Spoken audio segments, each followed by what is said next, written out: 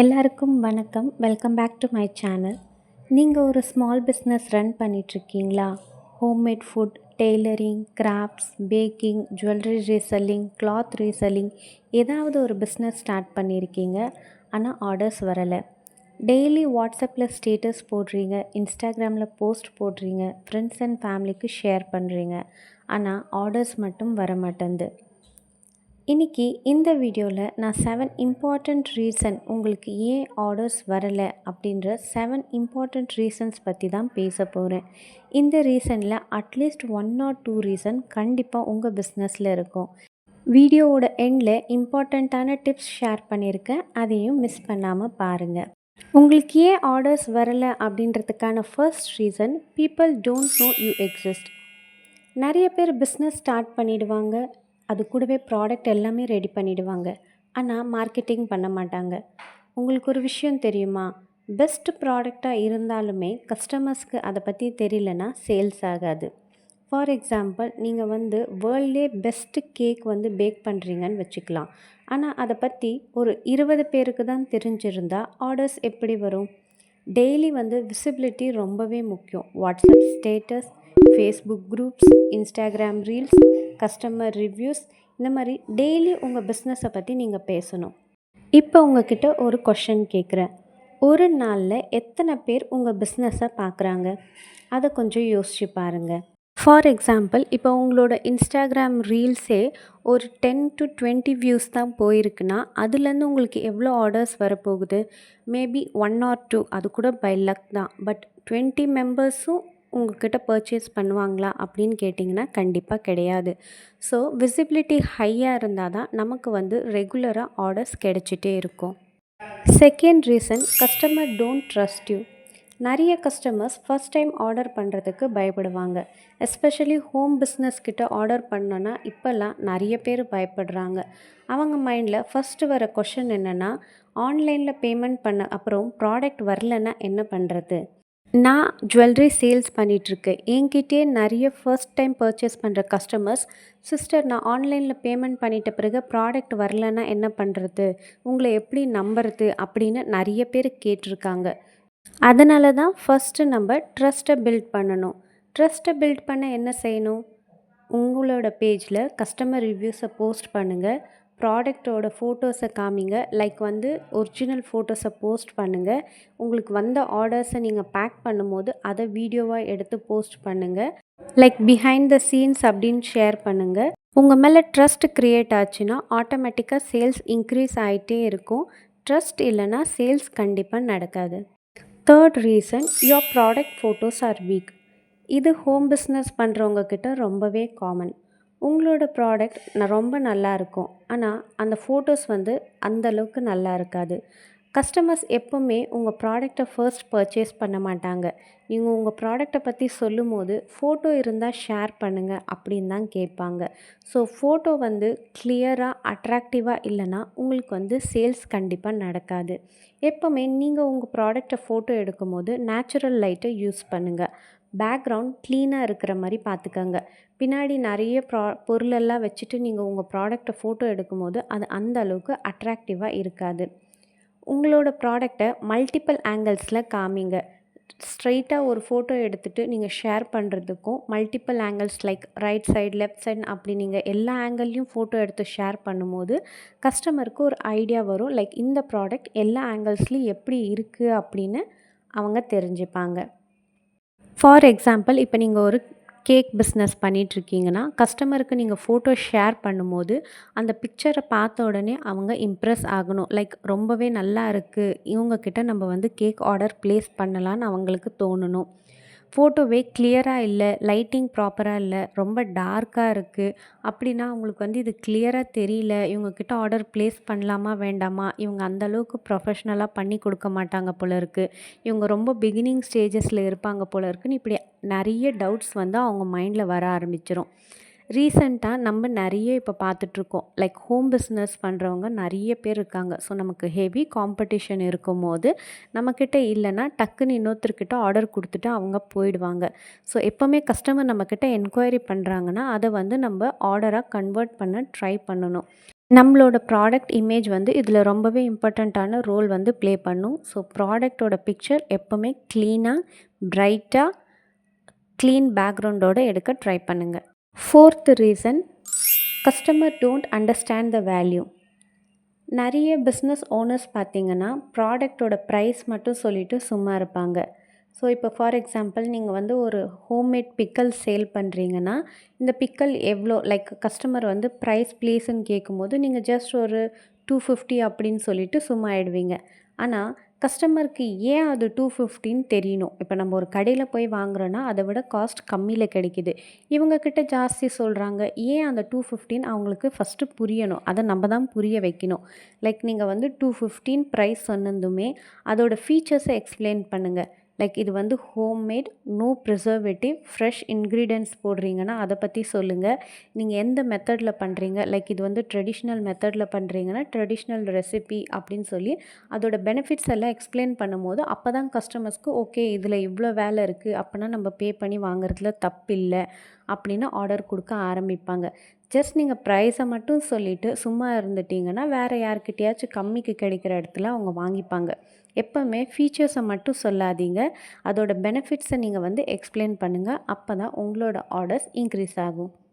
இப்போ நீங்கள் கேக் பிஸ்னஸே பண்ணுறீங்கன்னா கூட உங்களோட கேக் பிஸ்னஸில் லைக் நீங்கள் அந்த கேக்கில் வந்து என்னென்ன யூஸ் பண்ணுறீங்க, நீங்கள் வெறும் பட்டர் யூஸ் பண்ண போகிறீங்களா, இல்லை நாட்டு சர்க்கரை யூஸ் பண்ண போகிறீங்களா, இந்த மாதிரி என்னென்ன ப்ராடக்ட்ஸை யூஸ் பண்ண போகிறீங்கன்னு சொல்லிட்டு நீங்கள் அவங்கக்கிட்ட எக்ஸ்பிளைன் பண்ணும்போது அவங்களுக்கே ஒரு ஐடியா வந்துடும் இந்த ப்ராடக்ட் இந்த ப்ரைஸ் வருது அப்படின்னு சொல்லி.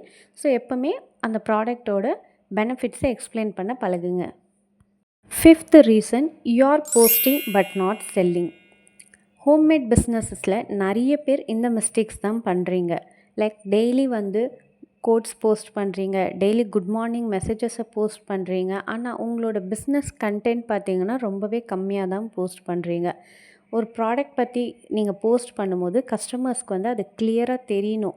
லைக் இப்போ வந்து ஆர்டர் ப்ளேஸ் பண்ணலாம், நாளையோட ஆர்டர் க்ளோஸ் ஆக போகுது, இல்லை அர்ஜென்சி க்ரியேட் பண்ணுங்கள், லைக் ஒன்லி 5 பீசஸ் அவைலபிள், இல்லை 5 ஸ்லாட்ஸ் அவைலபிள் அப்படின்னு இந்த மாதிரி கஸ்டமர்ஸ்க்கு வந்து நீங்கள் நெக்ஸ்ட் ஸ்டெப் என்னன்னு சொல்லி தெரிய வைக்கும் போது தான் உங்களுக்கு வந்து சீக்கிரமாக ஆர்டர்ஸும் கிடைக்கும். Sixth reason, you give up too early. இப்போ இருக்கிற most of the home businesses பார்த்திங்கன்னா இதை தான் பண்ணுறீங்க. இது ரொம்ப பெயின்ஃபுல்லான ட்ரூத். நிறைய பிஸ்னஸ் பார்த்திங்கன்னா ரிசல்ட்டு தெரியறதுக்கு முன்னே அதை ஸ்டாப் பண்ணிடுவாங்க. ஃபார் எக்ஸாம்பிள் ஒரு 3 வீக்ஸ் வந்து நீங்கள் போஸ்ட் பண்ணுறீங்க, இல்லை 1 மந்த் போஸ்ட் பண்ணுறீங்க, ஆர்டர்ஸ் வரலன்னா ஸ்டாப் பண்ணிடுவீங்க. எப்போவுமே ஒரு பிஸ்னஸ் ஸ்டார்ட் பண்ணுறோன்னா இன்றைக்கி ஸ்டார்ட் பண்ண உடனே இன்றைக்கே நம்ம வந்து லேக்ஸில் ஏர்ன் பண்ண முடியாது. இதை ஃபஸ்ட் நீங்கள் உங்கள் மைண்டில் ஃபிக்ஸ் பண்ணிட்டாலே எல்லாமே ஆட்டோமேட்டிக்காக நடக்கும். ஒரு பிஸ்னஸில் ஒரு க்ரோத் வருதுன்னா அது ஒரு ஃபார்மிங் பண்ணுற மாதிரி. லைக் இன்றைக்கி சீடு போட்டோன்னே இன்றைக்கே அது ஒரு மரமாகி அன்றைக்கே நம்மளுக்கு வந்து அந்த ஃப்ரூட் கிடைக்க போகிறது கிடையாது. இன்றைக்கி நம்ம அதை சீட் போடுறோன்னா கொஞ்சம் கொஞ்சமாக அதுக்கு தண்ணி விட்டு அது செடியாக வளர்ந்து ஸோ அதுக்கு நிறைய ஸ்டெப்ஸ் இருக்குது இல்லைங்களா. அதே மாதிரி தான் நம்ம பிஸ்னஸை ஸ்டார்ட் பண்ணிவிட்டு அதுக்கான ஸ்டெப்ஸ் எடுத்து வச்சுட்டு இருக்கும்போது நம்ம பிஸ்னஸ் ஆட்டோமேட்டிக்காக க்ரோ ஆகிட்டே இருக்கும். நீங்கள் எந்த பிஸ்னஸ்னால் பண்ணுங்கள், கேக் சேல்ஸ் பண்ணுறீங்க, இல்லை jewellery reselling, cloth reselling, tailoring, இந்த மாதிரி எந்த பிஸ்னஸ் பண்ணாலுமே சரி இதில் முக்கியமாக இருக்க வேண்டியது கன்சிஸ்டன்சி. ஒரு விஷயத்தை நீங்கள் கன்சிஸ்டண்ட்டாக பண்ணிகிட்டு இருக்கும்போது டெய்லி அதுக்கான சின்ன சின்ன ஆக்ஷன்ஸ் ஏதாச்சும் நீங்கள் எடுத்துகிட்டு இருக்கும்போது ஆட்டோமேட்டிக்காக உங்களுக்கு லாங் டேர்மில் ரிசல்ட்ஸ் கிடைக்கும். ஒரு நாள், ஒரு மாதம், 2 மாதம் அதுக்கடுத்து நீங்கள் ட்ராப் பண்ணிட்டீங்கன்னா அதில் நீங்கள் கன்சிஸ்டண்ட்டாக இல்லைன்னா அதை வந்து பெரிய லெவலுக்கு கொண்டு போக முடியாது. இன்றைக்கி பிஸ்னஸை வந்து லேக்ஸில் ஏர்ன் பண்ணிகிட்ருக்கவங்களோ இதே மாதிரி வந்து நிறைய சுச்சுவேஷன்ஸ் ஃபேஸ் பண்ணியிருப்பாங்க. சம் டேஸ் அவங்களுக்கு 0 ஆர்டர்ஸ் இருந்திருக்கலாம், சம் மந்த்ஸ் 0 ஆர்டர்ஸ் கூட இருந்திருக்கலாம். பட் கன்சிஸ்டண்ட்டாக இதில் நான் ஜெயிப்பேன், எனக்கு கான்ஃபிடென்ஸ் இருக்குது, என்னால் முடியும் அப்படின்னு சொல்லிட்டு அவங்களே மோட்டிவேட் பண்ணி போய்க்கிட்டே இருப்பாங்க. அப்படி நம்ம போனால் தான் நம்ம வந்து ஒரு நல்ல இடத்த ரீச் பண்ண முடியும். 7th reason, customer have too many choices. இப்போ ரீசெண்டாக நிறைய பேர் வந்து ஹோம்மேட் பிஸ்னஸை ஸ்டார்ட் பண்ணியிருக்காங்க. நிறைய பேர் 1 or 2 இன்ஸ்டாகிராம் பேஜஸ் கூட வச்சுருக்காங்க. லைக் ஜுவல்லரி சேல்ஸ் பண்ணுறவங்களே கிளாத்திங்கும் சேல்ஸ் பண்ணுறாங்க, டெய்லரிங்கும் பண்ணுறாங்க, பேக்கிங்கும் பண்ணுறாங்க. இந்த மாதிரி மல்டிப்பலாக பண்ணிகிட்டே இருக்காங்க. ஸோ காம்படிஷன் வந்து ரொம்பவே அதிகமாக இருக்குது. இப்போ ஒரு கஸ்டமர் உங்கள் பேஜை பார்க்குறாங்கன்னா, அதில் வந்து யூனிக்காக ஏதாச்சும் தெரியணும். இப்போ ஒரு எக்ஸாம்பிளுக்கு சொல்லணும்னா, நானும் ஜுவல்லரி பிஸ்னஸ் பண்ணிகிட்ருக்கேன். என்னோடய ஃப்ரெண்டும் ஜுவல்லரி பிஸ்னஸ் பண்ணிகிட்ருக்காங்கன்னா, ஸோ நான் அதில் யூனிக்காக என்ன பண்ண முடியும் அப்படின்னு சொல்லிட்டு நீங்கள் யோசிங்க. லைக் உங்களோட பிஸ்னஸில் யூனிக்காக நீங்கள் என்ன பண்ண முடியும் அப்படின்னு நீங்கள் யோசித்து யூனிக்காக பண்ணும்போது தான் உங்களுக்கு வந்து ஆர்டர்ஸ் ரெகுலராக கிடைச்சிட்டே இருக்கும். இப்போ ஜுவல்லரி பிஸ்னஸ் பண்ணுறேன்னா நெறைய ஆப்ஷன்ஸ் இருக்குது மார்க்கெட்டில். சேம் ஃபோட்டோவே போஸ்ட் பண்ணிவிட்டு நெறைய பேர் வந்து சேல்ஸ் பண்ணிகிட்ருக்காங்க. இதில் நமக்கு மட்டும் ஆர்டர்ஸ் கிடைக்கணும் அப்படின்னா, அதில் என்னோட யூனிக்னஸ் இருக்கணும். லைக் வந்து சேம் டே டிஸ்பேட்ச் பண்ணி குடுக்குற மாரி இருக்கணும். இல்ல வந்து அதோட ஒரிஜினல் ஃபோட்டோஸ் காட்டுற மாரி இருக்கணும். ப்ரைஸ் வந்து மார்க்கெட்டை விட நம்மக்கிட்ட ரொம்ப பெஸ்ட்டாக இருக்கணும். அண்ட் முக்கியமாக கஸ்டமர் சர்வீஸ். இப்போ கஸ்டமர் மெசேஜ் பண்ணுறாங்கன்னா, அதுக்கு நம்ம முடிஞ்ச அளவுக்கு சீக்கிரமாக ரிப்ளை பண்ணியிருக்கணும். கஸ்டமர் காலையில் மெசேஜ் பண்ணியிருப்பாங்க. நம்ம பார்த்திங்கன்னா நைட் தான் ரிப்ளை குடுத்துருப்போம். இன் பிட்வீன் இந்த கேப்பில் வந்து கஸ்டமரால் அர்ஜென்ட்டான அவங்களுக்கு ப்ராடக்ட்ஸ் தேவைன்னா அவங்க சும்மா இருக்க மாட்டாங்க. நெக்ஸ்ட்டு இதே ப்ராடக்ட் வேறு எந்தெந்த செல்லர்ஸ் வச்சுருக்காங்கன்னு சொல்லி அவங்க சர்ச் பண்ண ஆரம்பிக்கும்போது, வேறு செல்லர்கிட்டேருந்து அவங்களுக்கு இமீடியட்டாக ரெஸ்பான்ஸ் வந்துச்சுன்னா, அவங்க அங்கே ஆர்டரை ப்ளேஸ் பண்ணிடுவாங்க. ஸோ எப்போவுமே கஸ்டமர் சர்வீஸ் ரொம்பவே இம்பார்ட்டண்ட்.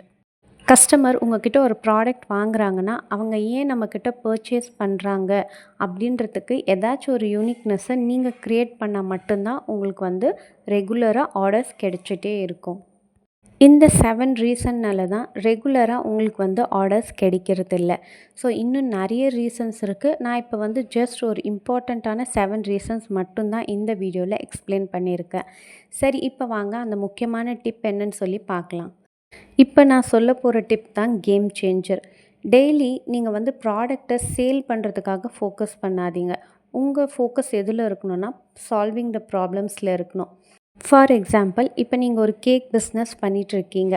ஒரு கேக்கோட பிக்சர் வந்து போட்டுட்டு அது கீழே வந்து பர்த்டே கேக் அவைலபிள் அப்படின்னு போஸ்ட் பண்ணுறதுக்கு பதிலாக, last minute birthday celebration cakes வேணுமா, ப்ளீஸ் கான்டாக்ட்டுன்னு உங்களோட டீட்டெயில்ஸ் கொடுத்தீங்கன்னா, அது வந்து கஸ்டமரை இன்னும் அதிகமாக ரீச் பண்ணும். கஸ்டமரோட ப்ராப்ளமை சால்வ் பண்ணுற மாதிரி நீங்கள் வந்து போஸ்ட்டை போடுங்க. அது உங்களுக்கு நிறைய ஆர்டர்ஸை கொண்டு வரும். இப்போ நான் ஒரு சின்ன ஆக்ஷன் பிளான் மாதிரி ஃபார் நெக்ஸ்ட் 7 டேஸ் கொடுக்குறேன். இது நீங்கள் என்ன மாதிரி பிஸ்னஸ் செய்கிறீங்களோ அதுக்கேற்ற மாதிரி அப்ளை பண்ணிக்கோங்க. டே 1 நீங்கள் என்ன மாதிரி போஸ்ட் போடணுன்னா, கஸ்டமரோட ரிவ்யூ போஸ்ட் போடுங்க. நீங்கள் என்ன பிஸ்னஸ் பண்ணாலுமே சரி, ஒரு புதுசாக கஸ்டமர் உங்கள்கிட்ட பர்ச்சேஸ் பண்ண வராங்கன்னா, ப்ரீவியஸாக கஸ்டமர் பர்ச்சேஸ் பண்ணியிருக்கவங்க என்ன சொல்லியிருக்காங்க, இவங்களோட ப்ராடக்ட் பற்றி என்ன சொல்லியிருக்காங்க அப்படின்னு சொல்லிட்டு செக் பண்ணிவிட்டு தான் ஆர்டர் கொடுப்பாங்க.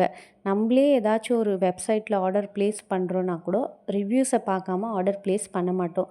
ஸோ ஃபர்ஸ்ட் நீங்கள் வந்து கஸ்டமர் ரிவ்யூஸை போஸ்ட் பண்ணுறதுக்கு ட்ரை பண்ணுங்கள். டே 2 பிஹைண்ட் த சீன்ஸ் வீடியோவை போஸ்ட் பண்ணுங்கள். நீங்கள் வாட்ஸ்அப் ஆர் இன்ஸ்டாகிராம் பேஜ் எது வச்சுருந்தாலுமே பிஹைண்ட் த சீன்ஸ் வீடியோஸ் வந்து போடுங்க.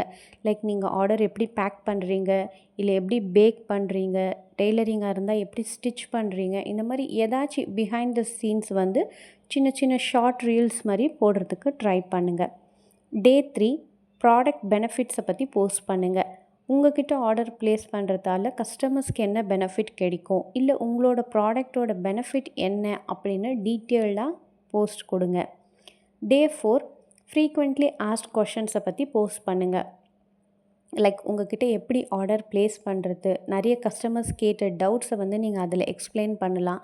இப்போது எக்ஸாம்பிளுக்கு நீங்கள் டெய்லரிங் பண்ணுறீங்கன்னா, உங்களுக்கு வந்து நம்ம கிளாத் எப்படி கஸ்டமர் வந்து கொரியர் சென்ட் பண்ணணும், அதை திருப்பி நீங்கள் எப்படி எங்களுக்கு சென்ட் பண்ணுவீங்க, லைனிங் சார்ஜஸ் எப்படி இருக்கும், இந்த மாதிரி ரெகுலராக உங்களோட கஸ்டமர்ஸ் கேட்குற டவுட்ஸ் எல்லாமே கலெக்ட் பண்ணி வச்சு இந்த டேயில் நீங்கள் போஸ்ட் போடலாம்.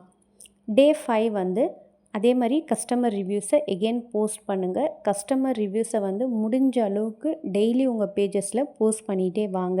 அட்லீஸ்ட் 1 போஸ்ட் ஆச்சு கஸ்டமர் ரிவ்யூ வந்து டெய்லி போஸ்ட் பண்ண ட்ரை பண்ணுங்கள். டே 6 வந்து ஏதாச்சும் ரீல் எடிட் பண்ணி அதை போஸ்ட் பண்ணுங்கள். உங்கள் ப்ராடக்ட் ரிலேட்டடாக, உங்கள் பிஸ்னஸ் ரிலேட்டடாக ரீல்ஸ் போஸ்ட் பண்ணுங்கள். அண்ட் டே 7 இம்பார்ட்டண்ட், ஏதாச்சும் ஒரு ப்ராடக்ட் வந்து ஆஃபர் அனௌன்ஸ் பண்ணுங்கள். ஸோ இந்த ஆஃபர் 1 ஆர் 2 டேஸ்க்கு மட்டும் இருக்கிற மாதிரி பார்த்துக்கோங்க. ஸோ இந்த மாதிரி 1 வீக்குக்கு நீங்கள் ட்ரை பண்ணி பார்க்கும்போது கண்டிப்பாக உங்களுக்கு வந்து ஆர்டர்ஸ் ஆட்டோமேட்டிக்காக இன்க்ரீஸ் ஆகிட்டே இருக்கும். இப்போ நான் சொன்ன இந்த 1 வீக் மட்டுமே ஃபாலோ பண்ணிவிட்டு அட் த எண்ட் லைக் டே 8ல் எனக்கு ஆர்டர்ஸே வரலன்னு ஸ்கிப் பண்ணிட்டீங்கன்னா கண்டிப்பாக உங்களுக்கு ஆர்டர்ஸ் வராது. ஸோ ரெகுலராக கன்சிஸ்டண்ட்டாக இதை வந்து நம்ம மந்த்ஸ் ஃபாலோ பண்ணும்போது மட்டும்தான் நமக்கு வந்து ரெகுலராக ஆர்டர்ஸும் கிடச்சிட்டே இருக்கும். ஸோ இந்த வீடியோவில் நான் உங்களுக்கு சொல்ல வர்றது என்னென்னா, ஒரு பிஸ்னஸை ஸ்டார்ட் பண்ணிவிட்டு ஆர்டர்ஸ் வரலன்னா இந்த பிஸ்னஸ் எனக்கு ஃபெயிலியர் ஆகிடுச்சு அப்படின்னு நினச்சிக்காதீங்க. அதை வந்து ஃபீட்பேக்காக எடுத்துக்கோங்க. கஸ்டமர்ஸ் வந்து எங்கே ஸ்டாப் ஆகுறாங்க, எங்கே நம்மளுக்கு ஆர்டர்ஸ் வர்றது வந்து ஸ்டக் ஆகுது அப்படின்னு சொல்லி கண்டுபிடிச்சிங்கன்னா தான் உங்களோட சேல்ஸை நீங்கள் இம்ப்ரூவ் பண்ண முடியும். கமெண்ட்டில் சொல்லுங்கள், நீங்கள் என்ன பிஸ்னஸ் ரன் பண்ணிகிட்ருக்கீங்க, நீங்கள் இப்போ ஃபேஸ் பண்ணுற பிக்கஸ்ட் சேலஞ்ச் உங்கள் பிஸ்னஸில் என்னன்னு கமெண்ட்டில் சொல்லுங்கள்.